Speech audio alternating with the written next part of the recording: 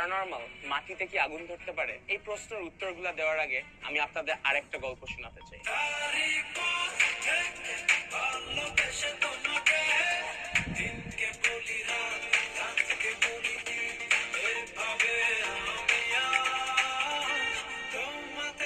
বাংলাদেশ সুন্দর, কিন্তু সিলেট আলাদা। এখানে অনেক পাহাড়, কিন্তু এগুলো গর্জন করে না, নরম ঢেউয়ের মতো ছড়িয়ে থাকে।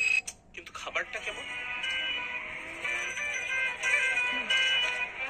এটা টক, এটা তিতা, কিন্তু সিলেটিদের কাছে এটাই ভালোবাসা।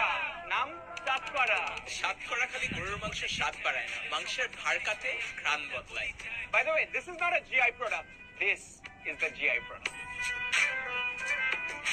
মেশিনে নয়, এই ডিজাইন বনা হয় মমতায়, রং আর সুতায় ফুটে উঠে মণিপুরের ঐতিহ্য, যা সিলেটকে দিয়েছে বিশ্বমঞ্চে আলাদা পরিচয়। আর বাকিটা মনে হয় সিনেরা বললেই বেটার। দেখে মনে হয় মালদ্বীপস, তাই না? কিন্তু এই সৌন্দর্যের পিছনে একটা নীরব গল্প লুকানো। 8 ঘন্টা ডিউটি হলে 178 টাকা বেতন। 20 কেজি পাতা দিলে 178 টাকা বেতন। আজকে বেশি হইলে 5 টাকা কেজি, প্রতি কেজি 5 টাকা।